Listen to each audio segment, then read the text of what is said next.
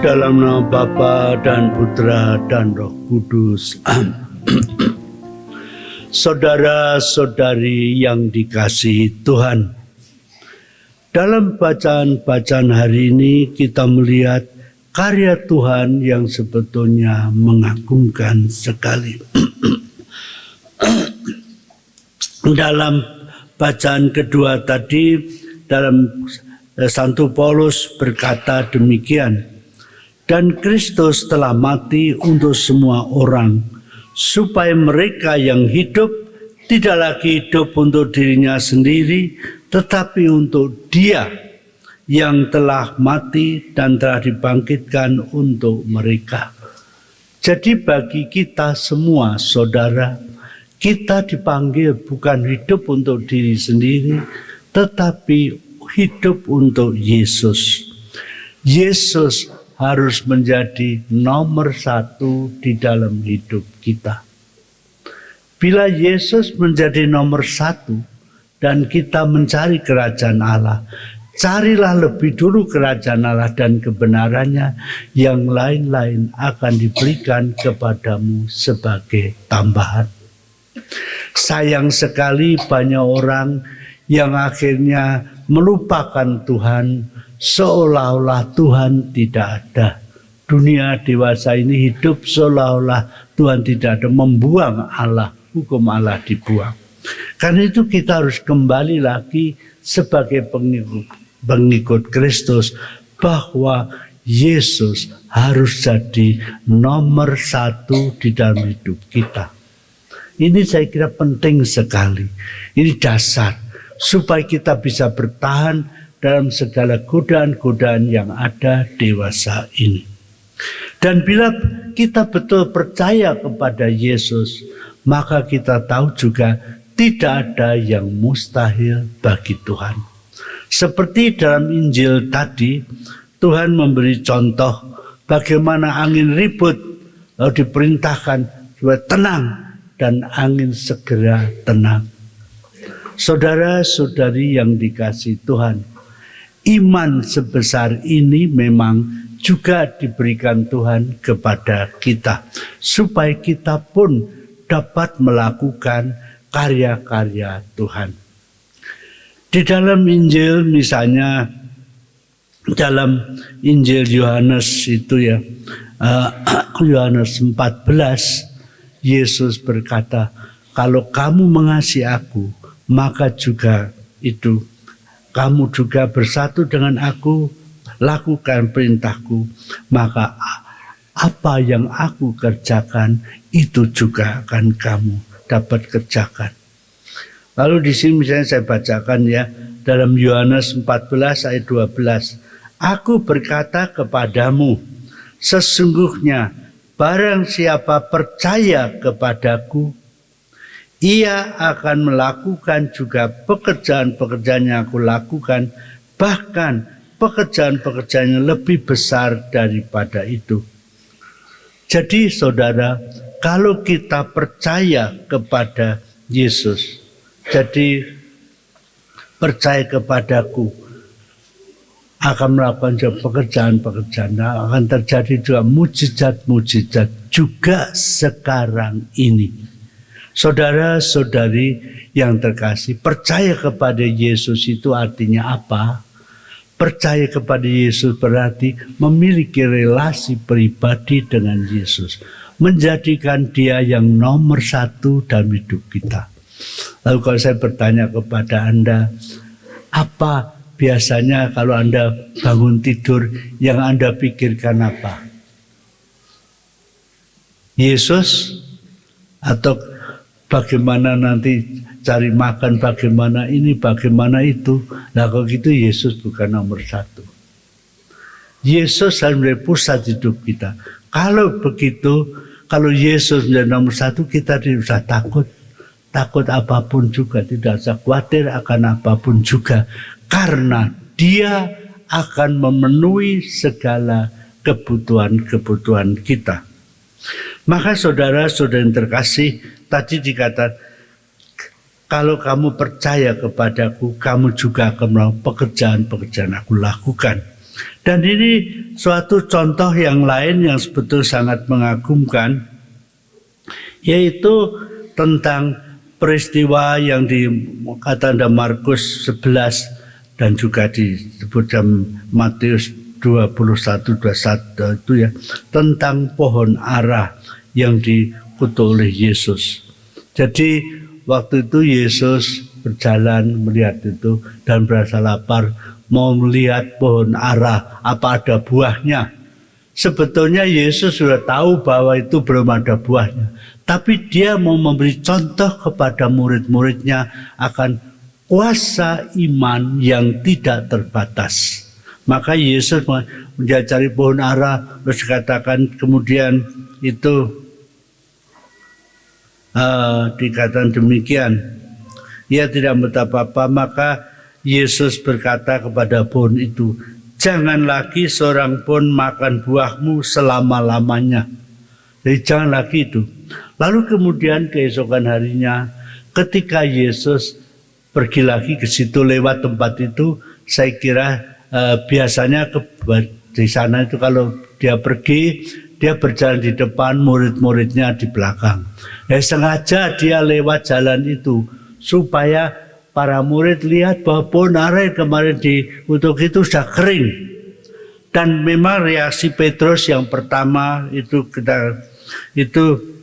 dia mengatakan demikian, Rabi, lihatlah pohon ara yang kau kutuk itu sudah kering.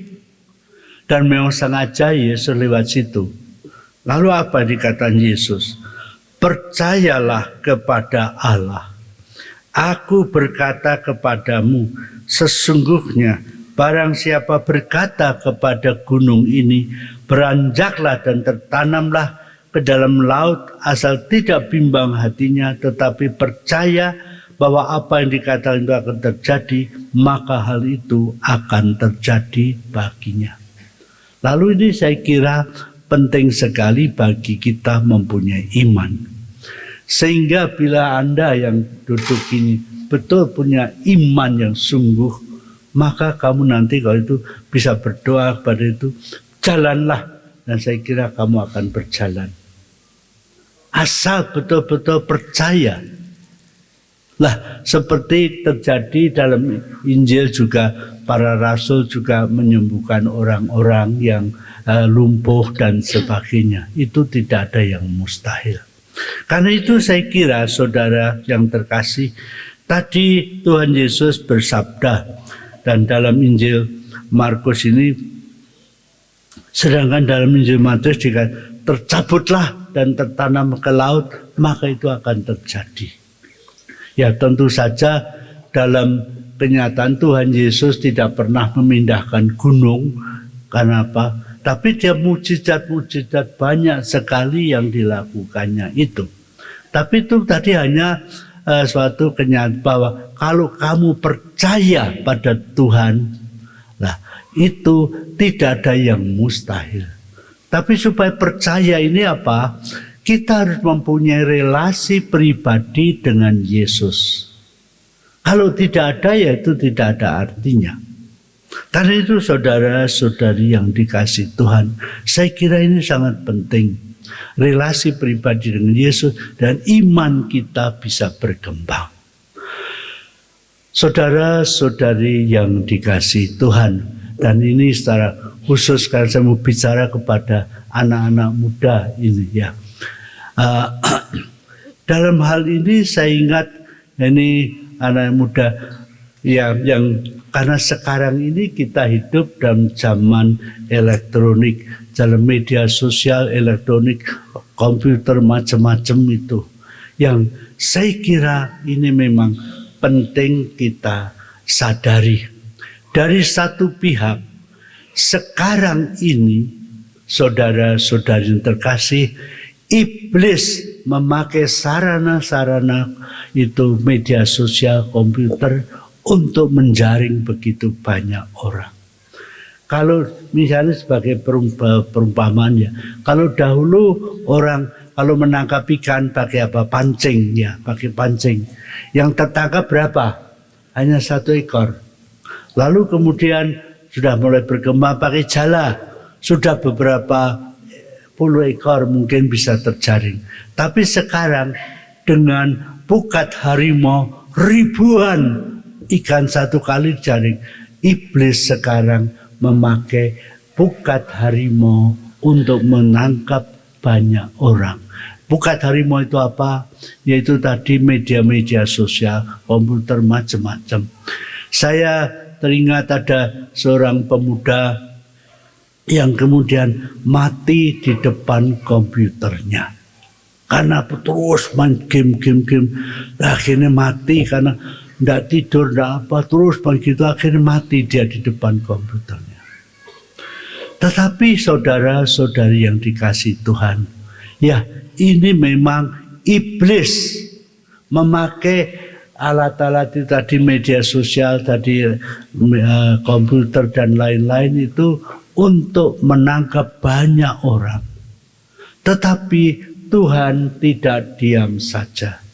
Tuhan ingin supaya juga banyak anak-anak, khususnya saya kata anak-anak muda, karena yang tua-tua mungkin sudah seperti saya sendiri, saya ini sudah gaptek. Kalau untuk gitu saya tidak bisa. Tapi anak-anak muda ini pandai-pandai untuk memakai komputer.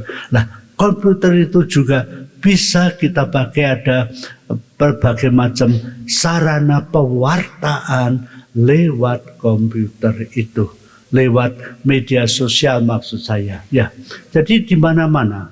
Nah, ini saya teringat akan seorang teladan yang ada orang kudus pada milenium ini. Jadi itu pernahkah Anda mendengar nama seorang pemuda yang namanya Carlo Acutis? Siapa yang pernah mendengar itu? Coba angkat tangan ya. Hanya sedikit ya, beberapa. Baik. Carlo Acutis ini meninggal pada usia 15 tahun. Tapi kemudian dia digelarkan beato. Jadi sudah beato dan memang sedang ada proses untuk menggelarkan dia sebagai santo. Meninggal. Lalu apa? Bagaimana hidupnya? Nah, kalau saya menyebut Carlo Acutis ini karena apa? Dia memang anak ya lahir pada zaman ini, menguasai juga komputer tetapi dia ini ada yang istimewanya apa? Dia seorang muda memang hatinya begitu terpikat pada Yesus. Tiap-tiap hari dia ikut perayaan Ekaristi karena dia merasa di dalam perayaan Ekaristi dia bertemu dengan Yesus. Nah, itu yang menjadi kekuatan dia. Lalu kemudian dia juga hidup doanya. Jadi dia mempunyai hidup doa yang mendalam dan kemudian juga tiap-tiap hari ikut perayaan Ekaristi. Saya teringat juga di tempat dan sekarang sudah lebih banyak anggota-anggota KTM yang tiap-tiap hari ikut perayaan Ekaristi dan tiap-tiap hari berdoa. Lalu kalau Acutis ini juga dia berdoa itu, tapi dia juga merasa dipanggil Tuhan untuk mewartakan Injil. Lalu lewat media sosial ini karena dia menguasai komputer, lalu dia melihat media sosial itu, dia menceritakan, mengambil berita-berita tentang mukjizat-mukjizat Ekaristi di mana-mana. Sehingga tersebar kemana-mana itu. Dari pemuda ini yang masih dia meninggal pada usia 15 tahun ya. Tapi ya anak itu waktu dia umur berapa itu sudah mulai baik. Tapi komputer itu dipakai oleh dia bukan untuk main game dan macam-macam, tapi dipakai untuk pewartaan. Nah, ini saya kira saudara-saudari yang dikasih, khususnya ini kaum muda ya, itu yang tua-tua mungkin sudah tidak bisa main itu ya media sosial. Saya sendiri sudah gaptek juga, kalau begitu sudah tidak bisa ini. Waktu saya sudah lewat. Tapi yang muda-muda ini, saya kira itu pakailah itu bukan untuk terus main game, itu singkirkan game-game macam-macam itu. Sebab kalau orang kecanduan game itu akan celaka. Dan saya melihat juga beberapa orang Bahkan juga itu kalau sudah main game itu sudah dikuasai si iblis. Karena tidak bisa berhenti, tidak bisa mengatasi itu. Sudah kecanduan. Nah itu macam-macam banyak itu. Tetapi dari pihak lain banyak anak-anak muda juga yang main itu, mereka membutuhkan itu. Jadi pewartaan lewat itu media sosial sekarang ini saya kira sangat penting.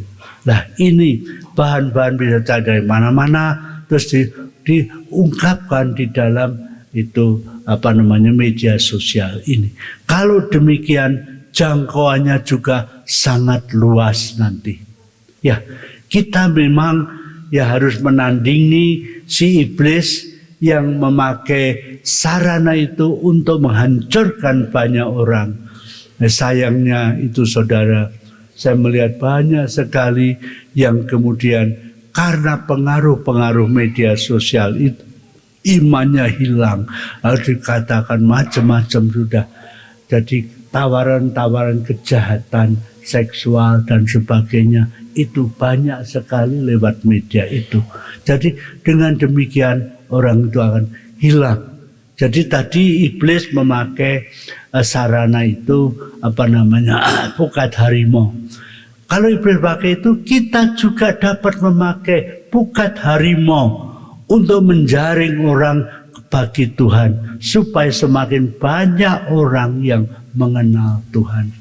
Nah, dewasa ini, anak-anak muda saya lihat, anak-anak kecil sudah mulai main HP di mana. Kadang-kadang orang tuanya itu berikannya biar tidak ganggu dan sebagainya. Tapi itu sebetulnya orang tua harus bertanggung jawab, jangan itu.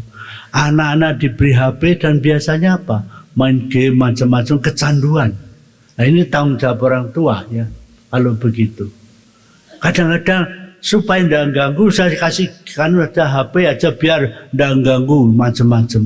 Tapi itu berarti dia menjadi mangsa iblis seringkali. Karena apa? Lalu anak muda main game. Nah saya lihat juga cukup banyak anak-anak muda itu kadang-kadang saya lihat, aduh anak kecil-kecil di mana pegangannya HP. Lalu apa untuk apa? Game, main game macam-macam. Kalau game biasa itu juga, tapi itu pun juga sudah. Tapi seringkali game-game yang itu mengarah kepada kejahatan itu, kepada dosa, pada itu. Nah artinya macam-macam itu. Oleh karena itu saya kira bagi orang tua ini juga tanggung jawabmu di hadapan Tuhan. Bagaimana supaya anak-anak itu kecil tidak main game terus-terusan itu saja. Tapi karena itu memang juga dari itu satu segi.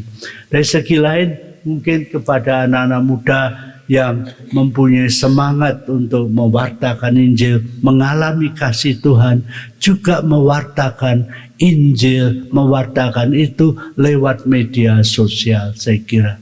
Nah, ini mungkin secara khusus ya di sini kebetulan ada Frater CSC menganggota KTM bisa mengadakan itu untuk sungguh-sungguh mempunyai itu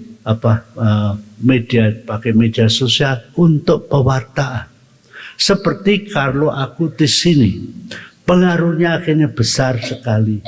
Walaupun dia seorang pemuda tinggal di Italia, tapi pengaruhnya kemana-mana lewat media sosial yang dipakai dia. Tapi media sosial itu isinya apa? Dia mewartakan tentang Ekaristi, tentang doa dan sebagainya. Nah, jadi ini sebagai satu contoh. Maka Tuhan melindungi dia, Tuhan menjaga dia, dan sudah boleh kata terjadi beberapa mujizat yang atas namanya itu. Maka dia sudah digelarkan menjadi beato. Meninggal umur 15 tahun saudara, karena satu penyakit, tapi yang Tuhan. Ya itu, tapi dia sebelum meninggal dia dipakai Tuhan untuk pewartaan lewat media sosial itu.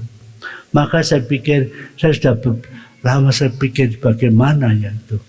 Iblis memakai media sosial untuk menghancurkan dunia. Tapi mengapa kita tidak memakai media sosial untuk mewartakan Injil? Nah, inilah panggilan. Khususnya ya, yang bagi orang yang tua-tua sudah tidak mungkinlah mengadakan itu ya. Ya saya sendiri sudah gaptek, sudah tidak bisa itu lewat macam-macam begitu. Tapi yang muda-muda itu masih bisa. Asal dijiwai semangat Injil, semangat untuk mewartakan Tuhan Yesus, semangat untuk supaya semakin banyak orang mengenal Tuhan dan mengalami kasih-Nya. Dan ternyata itu bisa. Contoh konkret yaitu saya sebut Carlo Acutis tadi. Carlo Acutis itu saya kira itu sangat penting juga. Jadi ini seorang pemuda yang meninggal dalam usia. Tapi selama dia dulu hidup, dia juga main komputer, dia pewartaan itu. Dia tiap-tiap hari pergi ke misa, menyambut komuni dan hubungan dengan Yesus. Dan dia berdoa. Tapi selanjutnya di samping itu, dia memakai media sosial itu untuk mewartakan tentang Yesus, tentang keindahan Ekaristi dan doa. Nah ini saudara-saudara, masih banyak hal yang saya kira perlu. Nah ini khususnya himbauan saya kepada anak-anak muda itu yang bisa mengalami. Kalau orang-orang tua saya kira sudah tidak bisa lagi ya untuk media sosial itu. Tapi anak-anak muda itu masih sudah canggih-canggih. Tapi juga tadi mungkin untuk para orang tua, jangan membiarkan anak kecil sudah dikatakan dicandu, menjadi kecanduan HP dan sebagainya. Tidur dengan HP, makan dengan HP, semuanya HP, sehingga tidak ada relasi lagi juga itu. Dan kalau begitu, nanti kalau sudah besar, itu akan membenci orang tuanya. Nah itu, saudara-saudari yang dikasihi Tuhan. Karena itu, inti hidup kita ialah bahwa kita pertama-tama mempunyai relasi pribadi. Tapi juga dewasa ini banyak orang yang dipanggil Tuhan juga bukan hanya para religius, para imam religius, tetapi juga kaum awam. Kalau kamu mengalami kasih Allah, bagikan itu kepada saudaramu, kepada teman, kepada kenalan dan sebagainya. Memang ada dari misalnya anggota-anggota yang pergi kemana-mana untuk ikut mewartakan Injil. Tapi mungkin tidak semuanya. Tapi ada jadi orang-orang itu yang bisa men-sharingkan apa yang kamu alami dengan temanmu, dengan keluargamu, dengan apa. Sehingga dengan demikian makin banyak. Nah ini saudara-saudari yang dikasihi Tuhan. Saya kira inilah panggilan kita dewasa ini. Jadi makin banyak orang. Nah kalau memang hanya mengandalkan para imam dan itu sangat kurang, tenaganya kurang sekali. Seperti misalnya Putri Karmel CSC itu juga diminta, tapi kami ya tidak bisa melayani semua permintaan-permintaan kan tenaganya terbatas. Tetapi sekarang ini puji Tuhan banyak anggota KTM, Komunitas Tritunggal Maha Kudus yang mulai pelayanan kemana-mana. Ini awam-awam. Jadi sebagai contoh yang dari KTM yang konkret sekali, punya misi di daerah Meratus, Banjarmasin itu, Keuskupan Banjarmasin, Kalimantan Selatan. Mereka membuka jalan itu. Memang kemudian karena sudah berkembang di mana-mana, yang ke sana itu siapa? Mula-mula bukan pastornya, bukan CSC, bukan Putri Karmel, tapi anggota muda-mudi KTM yang kita bina di sini. Lalu ke sana. Mereka akhirnya berkembang. Memang berapa tahun 2 tahun yang lalu Uskup Banjarmasin minta supaya dijadikan paroki lain. Memang terus sekarang ada 2 orang pastor CSE, imam CSE yang di sana membentuk paroki itu. Tapi yang mulai siapa? Anak-anak muda itu. Dan sekarang di Merauke mereka membuka rumah retret, saudara. Muda-mudi itu buka rumah retret dan berjalan bagus. Memang tidak ada imam CSC, tidak ada. Tapi imam-imam sana juga membantu, mau membantu. Kalau misalnya ada retret yang persembahkan misa itu panggil imam, karena itu semua anak-anak muda awam itu. Nah itu bisa. Karena itu kalau mereka bisa, mengapa ini tidak bisa? Memang tidak semua bisa, tapi sharing dengan temannya. Saya masih ingat itu seorang ibu ya sederhana di Malang, sekarang sudah wafat ya. Dia waktu itu tiap-tiap tahun membawa berapa orang kepada Tuhan. Dia disuruh mengajar, dia tidak berani, tidak bisa. Tapi dia bisa sharing kepada temannya, kepada keluarganya. Sehingga tiap-tiap kali, tiap-tiap itu ada. Kalau mereka itu akhirnya tersentuh, lalu diantar kepada pastor ini mau jadi Katolik. Dia tidak bisa memberi pengajaran katekismus dan sebagainya. Tapi kemudian pastornya ngatur, ya itu sana. Nah ini saudara-saudari yang dikasih Tuhan. Jadi kalau ini pertanyaan saya, kalau kita menyadari Tuhan begitu mengasihi kamu, ya, kalau Tuhan mengasihi kamu, apa yang bisa kamu berikan kepada Tuhan sebagai balasan? Apa? Apa yang bisa kamu berikan kepada Tuhan yang tidak dimiliki Tuhan? Apa?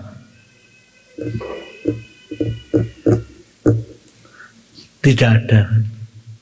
Apa yang kamu miliki semua, tapi ada satu kerinduan Tuhan, yaitu supaya kamu membawa jiwa-jiwa lain, orang-orang lain untuk mengenal Tuhan. Dan inilah, saya kira ini juga yang menjadi memang, kalau itu jelas ya untuk para CSC, Putri Karmel dan KTM, visi misinya jelas, mengalami lebih dulu kasih Tuhan dan membawa orang lain kepada pengalaman yang sama. Nah inilah yang bisa kita berikan kepada Tuhan yang lebih dahulu mengasihi kita.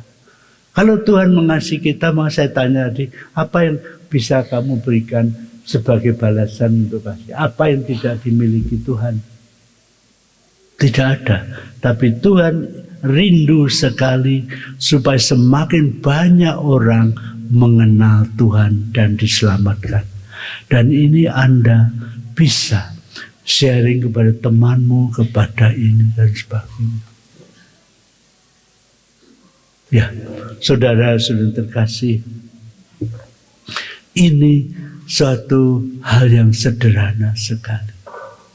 Lah, kalau demikian, ini makin banyak orang, sehingga Anda yang boleh mengenal dan mengalami kasih Allah bisa membawakan kasih itu kepada saudara-saudaramu, kepada teman-temanmu, kepada kenalan-kenalanmu, dan sebagainya. Saya masih ingat seorang bapak di Jakarta. Dia waktu itu, ini sebagai satu contohnya tadi, dia bekerja di satu perusahaan. Lalu bagaimana? Dia, apa yang bisa saya berikan kepada balasan? Lalu dia mulai sharing. Kalau ada itu orang datang, dia mulai juga tidak, tapi sharing tentang. Dan akhirnya banyak yang kemudian percaya kepada Tuhan. Nah ini saudara-saudari yang dikasih Tuhan, rahmat yang diberikan Tuhan kepada kita. Oleh karena itu juga misalnya kalau tadi juga saya katakan pada Putri Karmel CSC, panggilannya yaitu dalam visi misinya yaitu lebih dahulu mengalami Tuhan dan mengasihi Dia, lalu kemudian membawakan pengalaman yang sama kepada orang lain. Nah ini tentu saja kalau Anda sendiri tidak pernah mengenal Yesus, tentu Anda tidak bisa membawakan Yesus kepada orang lain. Karena itu harus itu. Karena itu di sini kami menyediakan itu retret awal di mana orang lewat pencurahan Roh Kudus boleh mengalami bahwa Yesus betul hidup. Lalu dari situ kemudian bisa men-sharingkan kepada orang lain. Saudara-saudari, inilah panggilan indah kita sebagai murid-murid Kristus. Amin.